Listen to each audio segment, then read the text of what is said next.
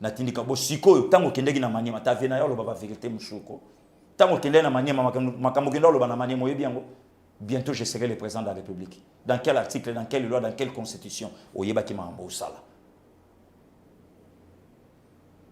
boyebaki maintenant coup échoué cop et baby bande ko bo landanga nangana yebisa bino Félix Obozomona azawo ya soki bukonzi na ba février mars janvier été. Je vous dis vrai. Ba donner ko sala manamboko yo vouloir ou pas, nous sommes obligés ya ko délivrer mboka na biso en tout et pour tout. Douane n'en parlons pas. Congo est na société avion officiellement te que ya ba congolais ya ba mboka. Okoyoka ya libanais, okoyoka ya expatrié, okoyoka ya ndekoboye mtaswaka mbongo na kati kuna. Vous voulez ya komema biso wapi? Donc babiloko lokola badouane, eza babiloko oyo tokoyi ko lité na yango to sunga bukonza mboka po yango nde muto kokotsa mbongo. Kobosana te, Papa Tshisekedi alobaka lobi rien que na ressources sa ville à Kinshasa akobokola nango Congo mobimba. Oli tokota na babiloko moko ya pamba ya kokabwana ya kobomana ya kosaba n'importe quoi to sauver notre pays le Congo avec Félix Antoine Tshisekedi Tshilombo. Voilà un peu. Voilà. Tata, na koyebisa yo vérité. Ya Martin gagné l'élection te na mboko yo. Fayulu atikala ko gagner l'élection te. Tozana ba preuve ya maloba na bango. Freddy Matungulu aloba yango. Francis Kalongo aloba yango. Tous les copes to sala esimbate. Alors Martin Songananzela a gagné l'élection te. A gagné te. Et lelo ba guerre nyo sotokomi nango o mona mboka Martin Fayulu a memeli biso lelo ba couple déchiré ba amitié et que du ba problème ba makambo comme belé atikala ko gagner l'élection te papa ngana tuna kabino question molimo nini o bolataka na mutu na bino que Martin Fayulu le président de la République bo révéla ka inisika nini bo révéla ka ineloko nini soki to revaka Félix Antoine Tshisekedi ezalaki po aya kosilisa ba komba o tata na ya bundaka toute vie na ye mobimba aya silisango l'UDPS c'est le parti o ebundisi ba parti nyonso na mboka oyo. Alors tolingaka quand même que Facha ya na pouvoir à faire montrer biso siko que non voilà ta l'opposition to salaka ta la remède siko ya bitumba na to salaka yango aujourd'hui lelo to ça quand même na preuve. Le président de la République a le non na richesse ya Congo, richesse au Congolais, pas aux expatriés. Et risquer écouter vie na 8 mois, il n'y a pas de pouvoir. Allez-y comprendre quand même. Allez-y quand même comprendre. Yango moni occidentaux. Balinga ka kopesa bukonzi na mwana mboka te, pour mwana mboka akozala fier ya richesse na mboka na ye. Nde lelo moni. Place yo oyele lelo ko soutenir biso lelo batoloko ba Martin Fayulu. Toyemba na bamboko yote. Tata na ye toyebite, maman na ye toyebite, nzoka za Siko ya Martin toyemba ndengini. Toyemba. Mais non, c'est pas normal. Tozali susu na besoin ya politique qui était derrière les politiciens. Nous avons tout intérêt de soutenir les chefs de l'État. Félix Antoine Tshisekedi Tshilombo ye mutazana mandat oyo ezoko engagé nation mobimba. C'est lui le président de la République. C'est lui le président de la République. Il n'y a pas de bosali chantage awa akendaka kingakati nyonso to verifia tina moya lelo to tikala ko moni sika papa batacha makolo na kingakati te bosala non aza dirigé aza téléguidé au monita tiki boy. Mais maintenant qui a suspendu le ministre de la défense nana suspendre le ministre de la justice nana suspendre le numéro 1 ya garde républicain le général Ilunga, n'est-ce pas Fachi? Lelo nana sala que mon vieux honorable Dio Mindongala que j'ai sali, l'honorable Franck Diongo que j'ai sali, Moïse Monidela que j'ai sali, que lelo babi maba retrouver liberté na bango, les ennemis farouches ya China Rambo. N'est-ce pas Fachi? Mais non, soyons quand même sérieux. Soyons quand même sérieux. Je ne fais pas les Tala, papa. Naoloba na yo koze lisu tobenga. Je suis quinois. Naibinde ba quinois balobaka. Yango na lobaki Moussa nanga ki pasteur botike lango armée de victoire. Awande naza citoyen congolais. Naibinde ba quinois ba boudara. Naibinde ba quinois balobaka na répondre yo soko ngolo banga lokwa ba quinois. Ngapi no lobano lokwa ba quinois. Nga kola na tutuka luji mon premier le number 1 que j'ai sali. Na kola na ye. Donc na yebi makambutu don naza vraiment na ngoto. Commune centrale ya ville à Kinshasa. Ngana nakati. Est-ce que ndeko vivaka na planète autre va na planète muso planète ni yo ngoti ndanga. Au moins na bloka ki yo. Et le bain nango vient nga jebe mpiana j'étais bloc. Na bloka yo. Je n'aime aucun intérêt na Scandinavie na yo na okenango. Rien. Vous voulez nous désorienter. Boteng mislabiso mboka. Pour la facilité. Martin dit quoi? Dans 2 ans, on a organisé encore une élection. Au profit de qui? De ses maîtres. De ses maîtres. Basengi ba résultat. Fachi a dit à Lorenzo, j'étais derrière Eduardo. J'ai vu le maréchal Mobutu venir ici à Luanda. J'ai vu Mouzé venir ici. Même Kabila fils, je le vis ici. Natikala comment na président congolais ba yambaye na communauté congolaise na Luanda ne ba yambiote. Mais comment ça contesté na mbokano? Écoutez la réponse de Fachi. Moi j'avais tous mes résultats en main. Et Nazela qui peut frère Nanga a présenté les résultats. Fayoulou n'a pas fait jusque-là. Oh, Fayoulou a sanango kaka, n'am na gagné l'élection. Mon vieux Félix, c'est quoi raison que je salue de loin? Que mon colo soit ba bêtise na mon amuke mon colo tika rabitumbate. Voilà les résultats aujourd'hui. Voilà les résultats. Que voulez-vous de cet homme? Bon bandi koko c'est la mutu makambu buri katangate. Et là.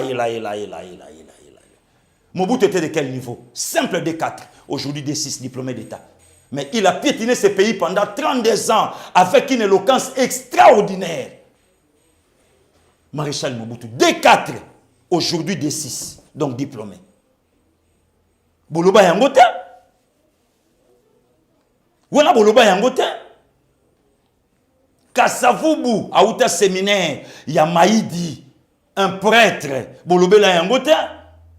Mais Congolais vendent à sobriquet les Cameroun. Non, d'ailleurs, Tangate, beaucoup de pas. De quel coin Martin Fayulu est sorti? Tata, beaucoup Messana. Attendez, vous allez voir. Beaucoup Messana. Et Fachi, à Ken, Belgique, à Ken, partout au monde, il a démontré. J'ai dit aux gens, Maïele balobela kangote, Maïele ba pouvaka yango. Bouzoba pe baloba kangote, Bouzoba ba pouvaka yango. Voilà un peu. Voilà un peu. Les lots, makelele, il y a Bouzoba, na makelele ya mayele ezali soute. Les lots ezolobama, et comme isko babiloko mususu, babiloko ya pamba.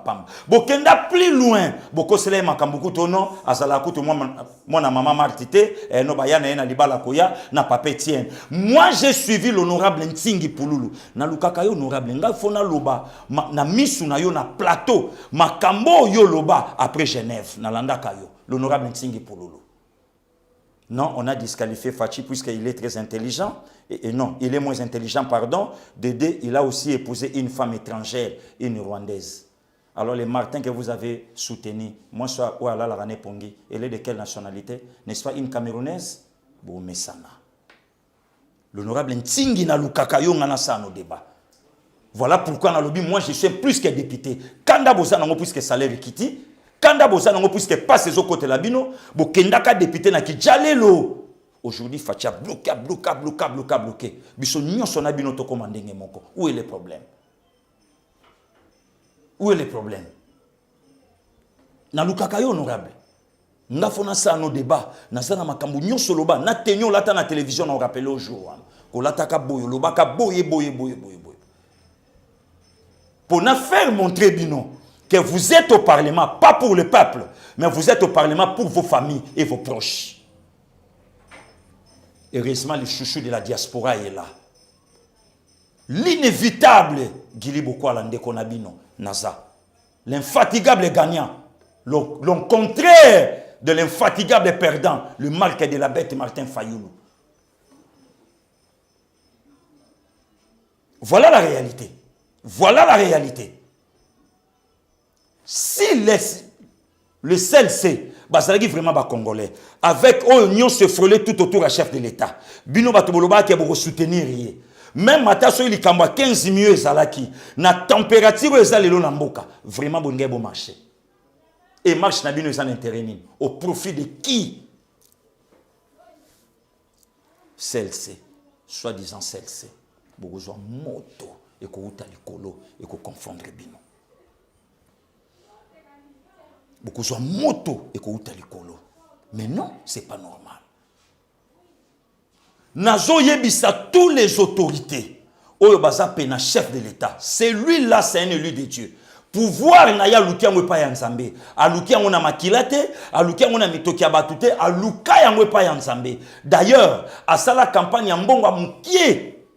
Mais aujourd'hui, président de la République, tout le monde a une mire à la matation. Aucun homme politique, tout le monde est qu'à les hommes de Dieu, n'est pas toi qui est Israël.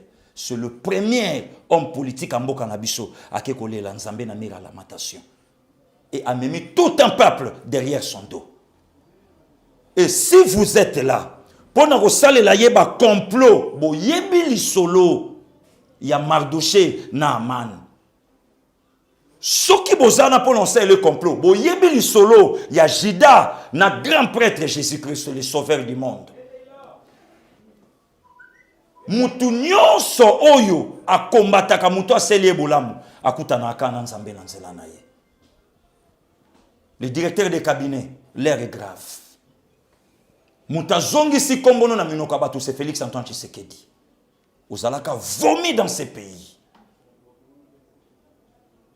Et soko zawana pona ko la politique, il y a plus malin demi. Mais attention, général Maël Aloba qui est le comment important. La colère de Dieu, elle est lente, mais elle agit. Tant à l'obiango 2 mois, à ce qu'elle a vous pensez que si Fatima est aujourd'hui, c'est Vital qui serait le président de la République? Vous pensez à ça?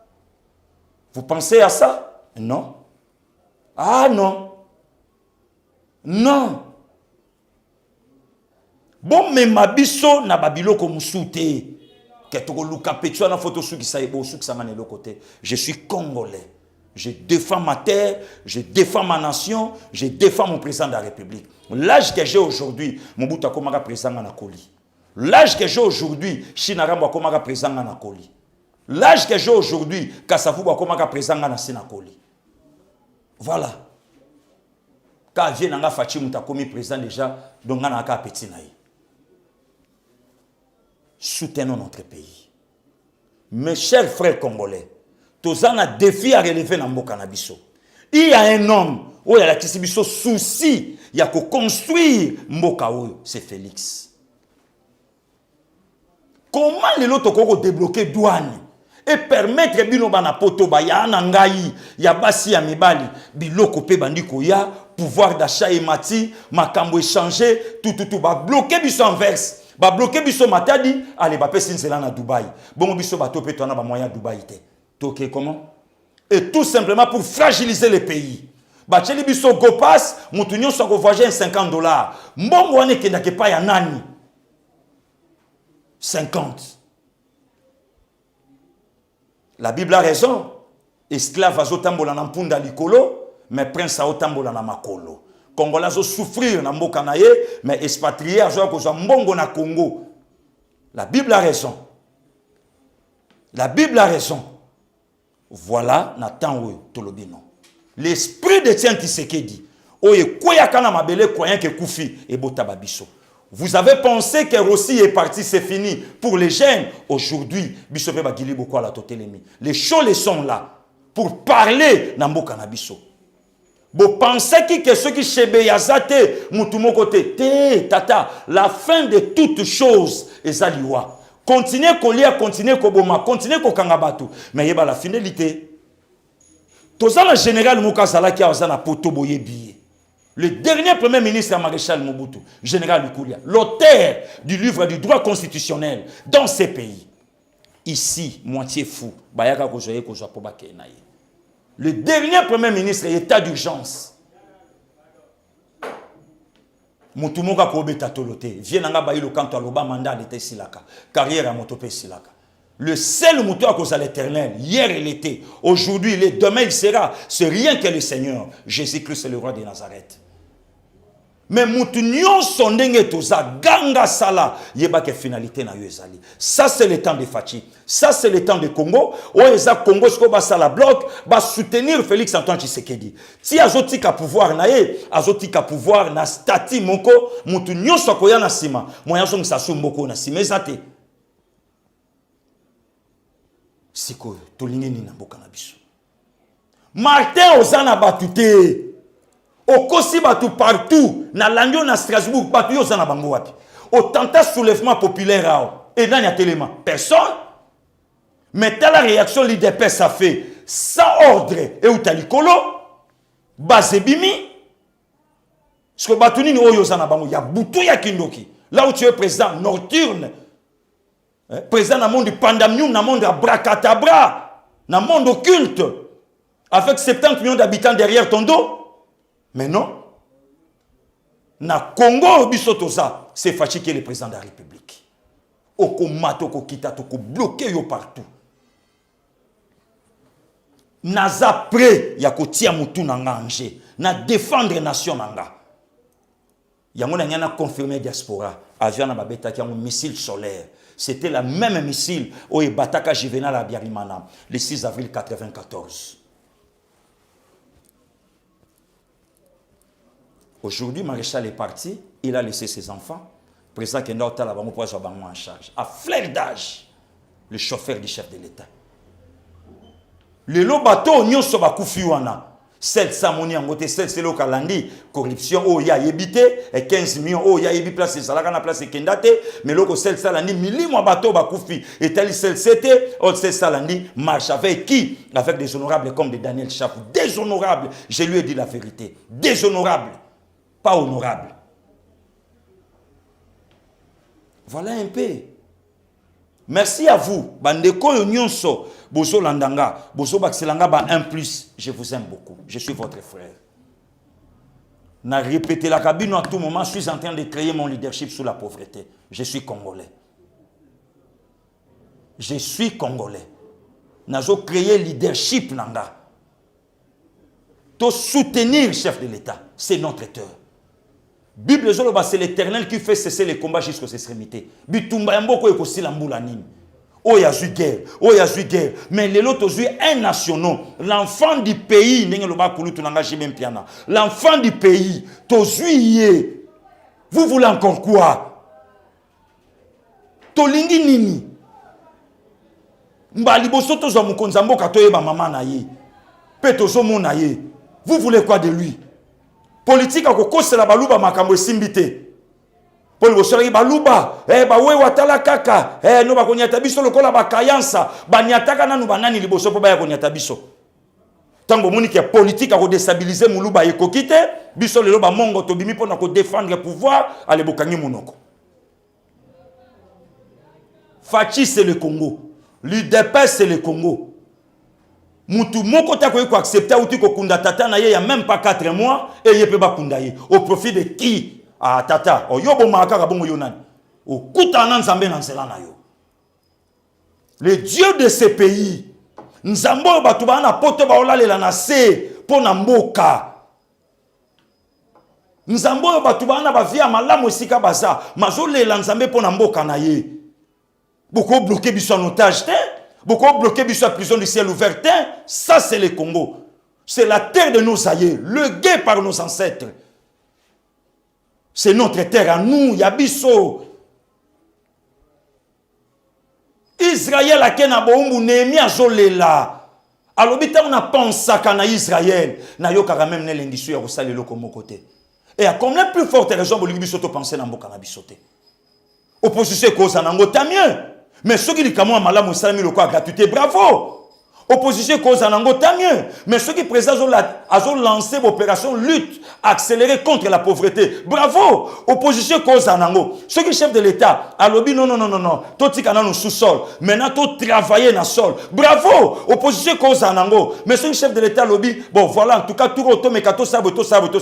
Alors, si cela est bon, bravo à lui, c'est notre terre. Vous pensez que si Martin était au pouvoir, nous sommes à la rose?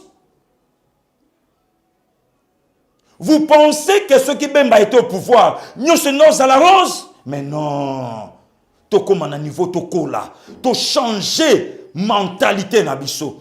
Tu changer raisonnement nabiso. Tu même mboka nabiso na niveau. Batu batali babi non voilà congolais. Douane nini eza cher lelo lokwa na Congo. Ezate. Passeport nini eza cher lokwa na Congo. Ezate. Mais Babilo, quand on discute, on a Mokonza Mboka Baïde. Non, Vital est là, il y a Moutouna, il est déjà président de la République 2023. N'importe quoi. N'importe quoi.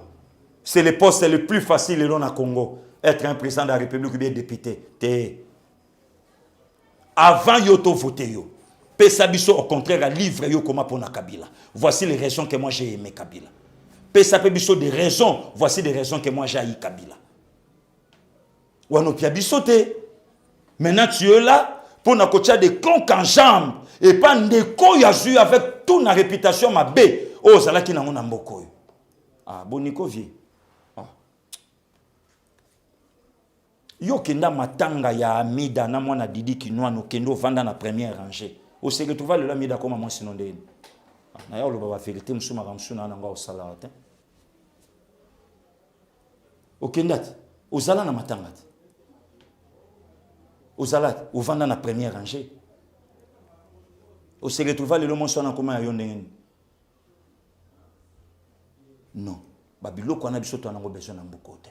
Tu as peine besoin de beaucoup et les litres. Tu es venu Moussa Koufate. Vous critiquez Fachi. Ah ouais, les Bembatata na Facha Sengi Bemba Mobutu na Moïse Chombeya. Les lobo lo basoni. Et maintenant, les loyers moka koufa. Mouto to moni. Abandi kopé sa biso espoir na mboko. Toujours senti que ça peut aussi aller. Et y était. Mais non. Non, y simbate. Et en et aussi mbate. En tout cas, je voulais vraiment vous remercier. Na moutou nyonso o na laissé. Na yebi ke ba pangistanais ils sont là pour na crête. Tout son chef de l'État.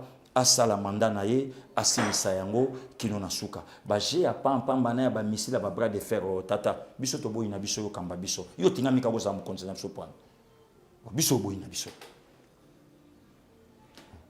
to boyi na biso parce que yo zo tinga maka yo diriger biso pourquoi biso lingi na biso te muto biso to lingi ye. En tout cas merci à vous, merci na bande konyonso na ngaki na pesa mbote de partout. Mon vieux docteur Saint-Béa, je vous salue. Vraiment, en tout cas, na ba conseil bozo pesa biso. Parlement debout Saint-Denis Paris. Mon vieux pasteur Vincent Kizeba, je vous salue, mon vieux. Vraiment, je vous salue.